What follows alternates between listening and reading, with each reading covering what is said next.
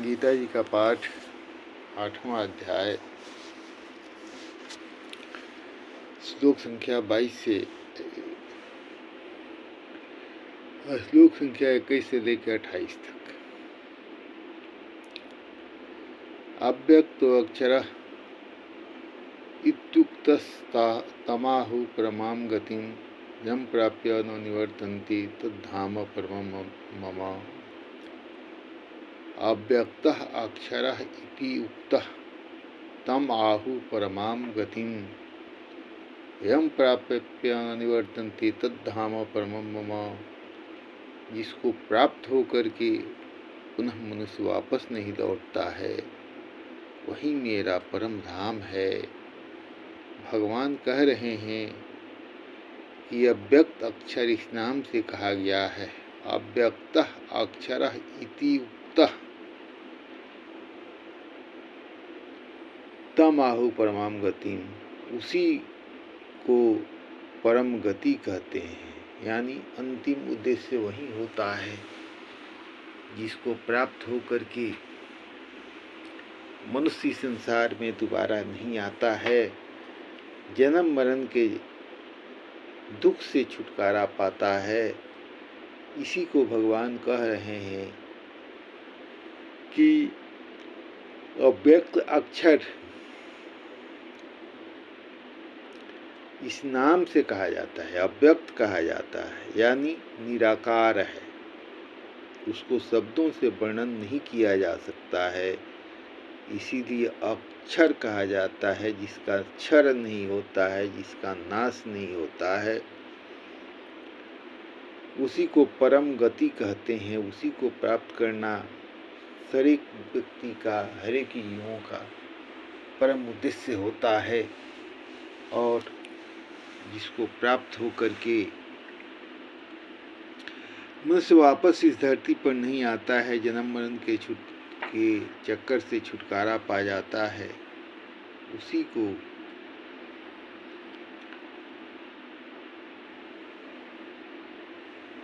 वहीं यम प्राप्य निवर्तन्ते तद्धाम परमं मम।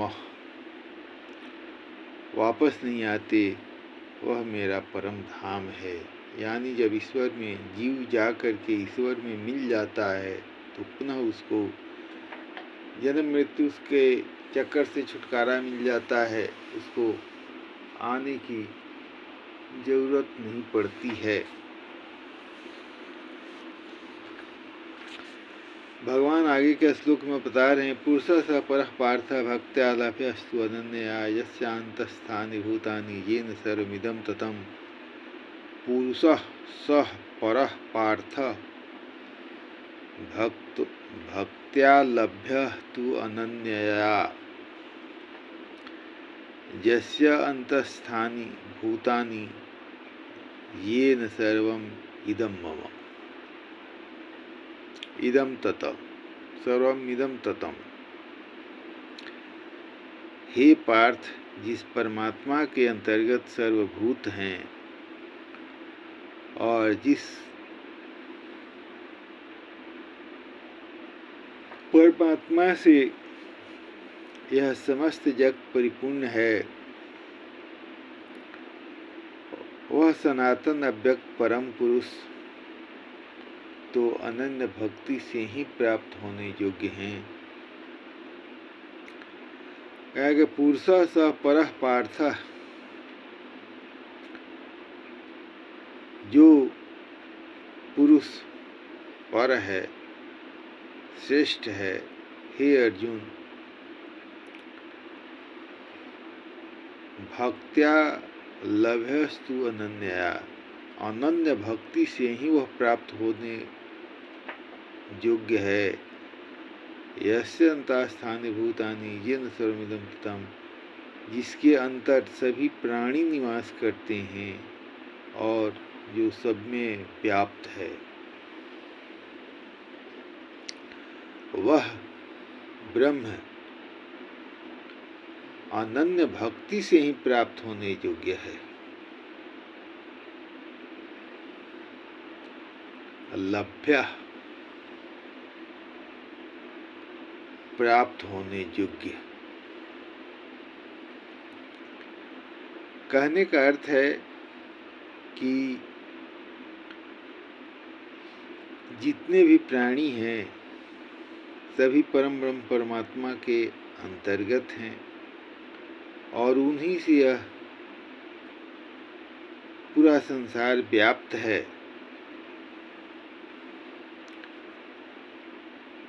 वह सनातन अव्यक्त परम पुरुष तो अनन्य भक्ति से ही प्राप्त होने योग्य है।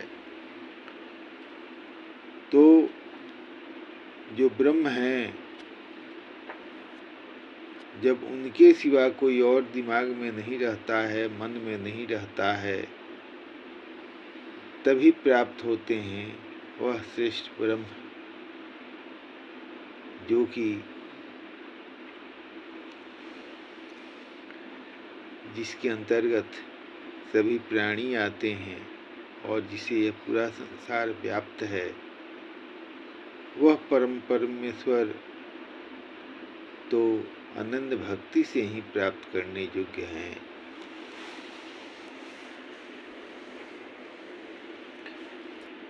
यत्र काले तु अनावृत्तिम आवृत्तिम चैव योगिनः प्रयाता यान्ति तं कालं वक्ष्यामि भरतर्षभ।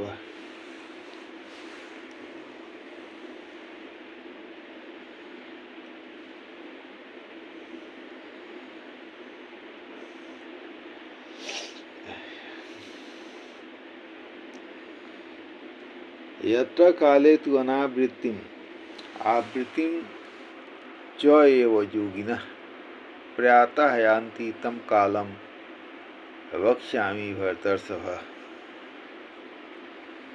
हे अर्जुन, जिस काल में शरीर त्याग कर गए हुए योगी जन तो वापस न लौटने वाली और जिस काल में गए हुए वापस लौटने वाली गति को प्राप्त होते हैं, उस काल को अर्थात दोनों मार्गों को कहूँगा। भगवान कह रहे हैं कि आगे के श्लोकों में हम बता रहे हैं कि वह कौन सा समय है। यत्र काले तु अनावृत्तिम चैव योगिनः, जिस काल में जीव जब शरीर को छोड़ करके जाता है तो वापस नहीं लौटता है, और जिस काल में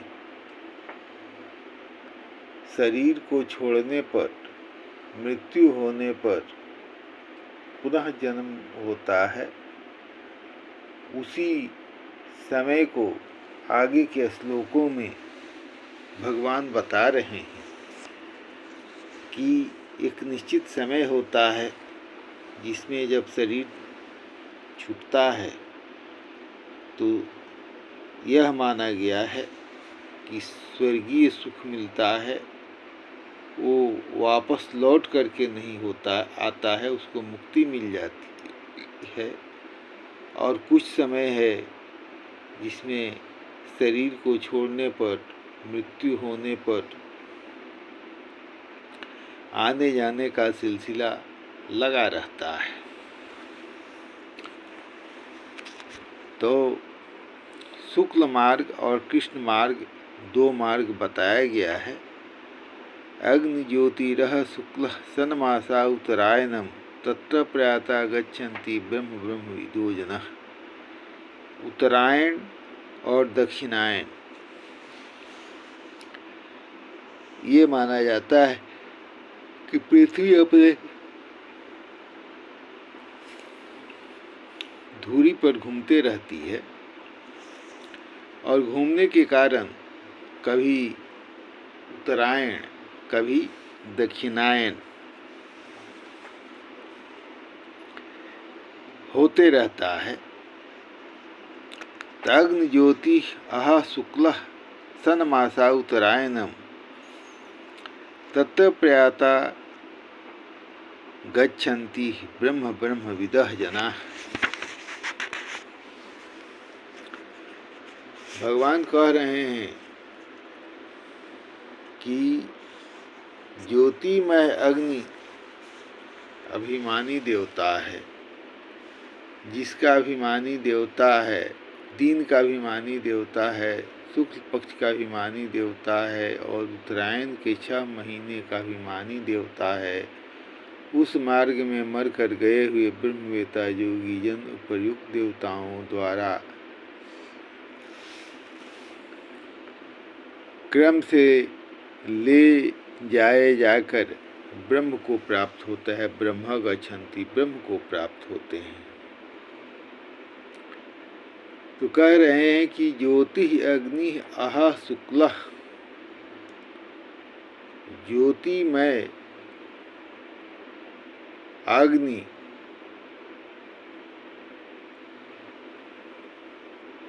दीन का अभिमानी देवता है, अर्थात सूर्य भगवान, और शुक्ल पक्ष का देवता, उत्तरायण के 6 महीने के देवता। उस मार्ग से, यानी जब उत्तरायण में मनुष्य का शरीर छूटता है, उस समय कहा गया है कि ब्रह्मवेता योगी जन ब्रह्म को प्राप्त होते हैं। अर्थात जो योगी होते हैं, जो ब्रह्मवेता होते हैं, उत्तरायण में ही शरीर का परित्याग करते हैं। धूमो रातिस्तथा कृष्ण सन्मासा दक्षिणायनम तत्त चंद्रमसम ज्योतिष योगी प्राप्य निवर्तते। धूमो रातिस्तथा कृष्ण सन्मासा दक्षिणायनम तत्र चांद्रमसम ज्योतिष योगी प्राप्य निवर्तते। धूमः रातिः तथा कृष्णः सन्मासा दक्षिणायनम तत्र चांद्रमसम ज्योतिष योगी प्राप्य निवर्तते।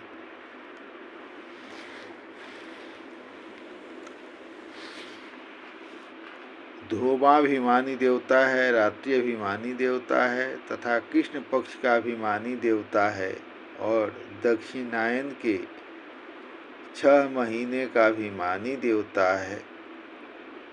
उस मार्ग में मरकर गया हुआ सकाम कर्म करने वाला योगी चंद्रमा की ज्योति को प्राप्त होकर स्वर्ग में अपने शुभ कर्मों का फल भोगकर वापस आता है। कहने का अर्थ है कि यो दक्षिणायन जब सूर्य रहते हैं, तो जब दक्षिणायन में सूर्य के दक्षिणायन रहने पर जब मनुष्य शरीर का त्याग करता है, तो वह वापस लौट करके आता है, यानी उसको मुक्ति नहीं मिलती है। धूमः रातिः तथा कृष्ण, धूमाभिमानी देवता है, रात्रि अभिमानी देवता है तथा कृष्ण पक्ष का अभिमानी देवता है और दक्षिणायन के 6 महीने का अभिमानी देवता है, यानी रात्रि में तथा कृष्ण पक्ष में और दक्षिणायन के 6 महीनों में जो प्राणी शरीर को छोड़ करके जाते हैं, वे पुनः वापस आते हैं। शुक्ल कृष्णे गति हेते जगत शाश्वते मते एकया यात्यानावृत्तिम अन्यया आवर्तते पुनः। भगवान कह रहे हैं कि शुक्ल कृष्ण गति हेते जगत शाश्वते मते, यह जगत के 2 प्रकार के शुक्ल और कृष्ण अर्थात देवयान और पितृयान मार्ग सनातन माने गए हैं और इनमें से एक के द्वारा गया हुआ वापस नहीं लौटता है और दूसरा वापस लौटता है। कह रहे हैं कि शुक्ल पक्ष और कृष्ण पक्ष, ये इस संसार में इन्हीं दोनों पक्षों को शाश्वत माना गया है। इसमें शुक्ल पक्ष में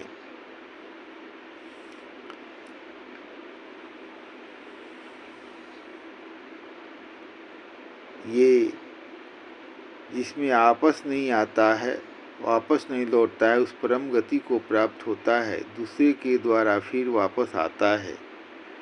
यानी शुक्ल पक्ष और कृष्ण पक्ष दो ठो पक्ष माने गए हैं सनातन धर्म में। इसमें एक के द्वारा वापस नहीं लौटना पड़ता, परम गति को प्राप्त होता है, और दूसरा गया हुआ फिर वापस आता है, यानी जन्म मृत्यु का चक्कर लगा रहता है।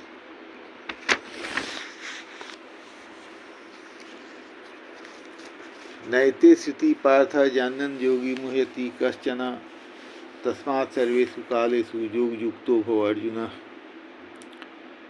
हे पार्थ, इन दोनों मार्गों को तत्व से जानकर कोई भी योगी मोहित नहीं होता। हे अर्जुन, तू सब काल में समबुद्धि योग युक्त हो। भगवान अर्जुन से कह रहे हैं कि हे अर्जुन,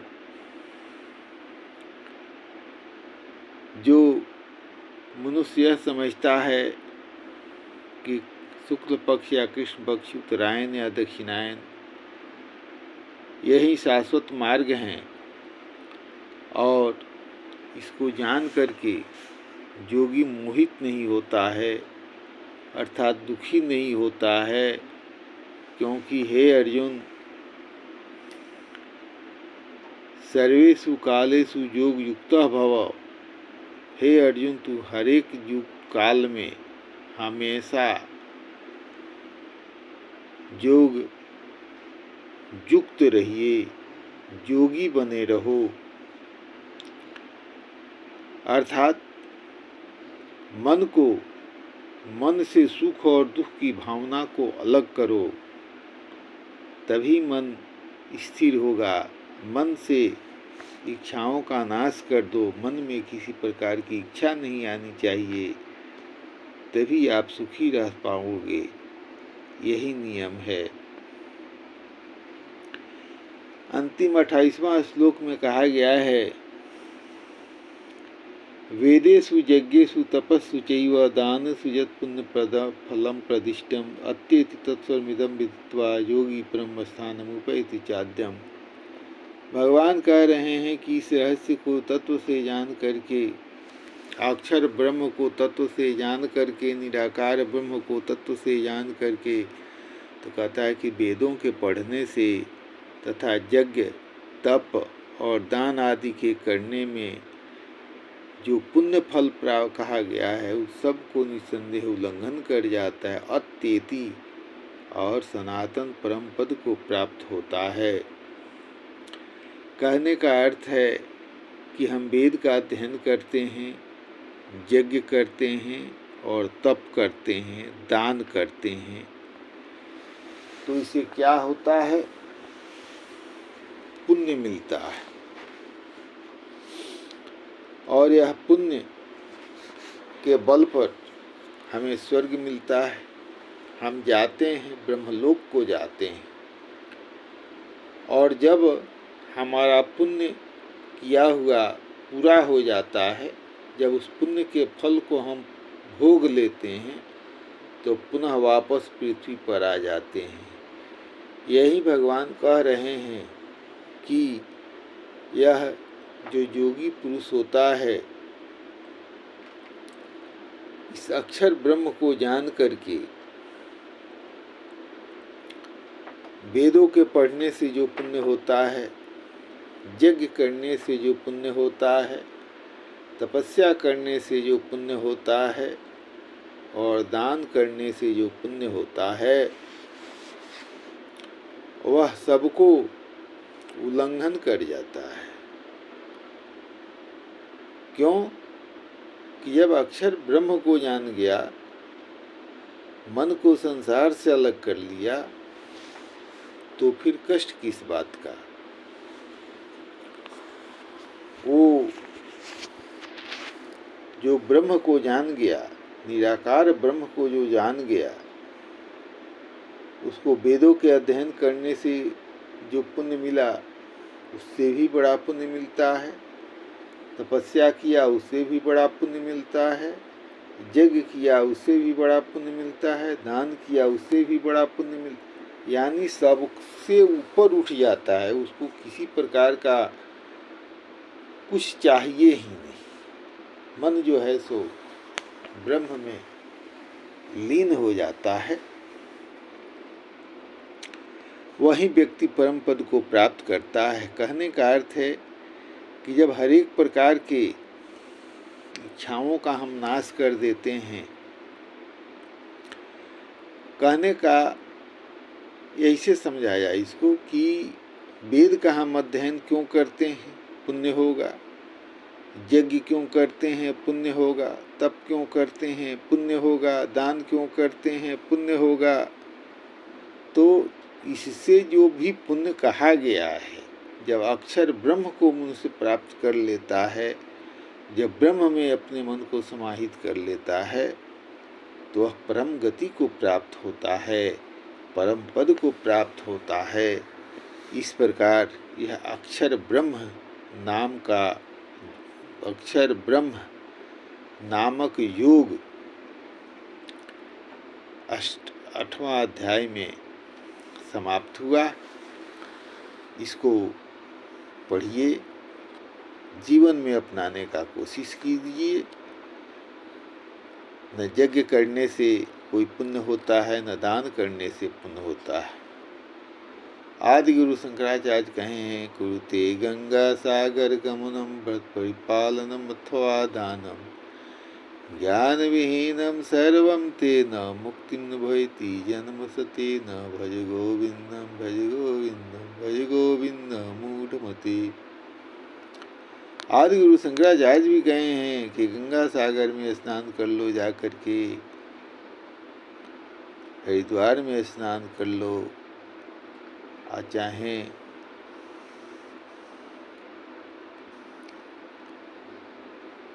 तपस्या करो, दान करो, तीर्थ यात्रा करो,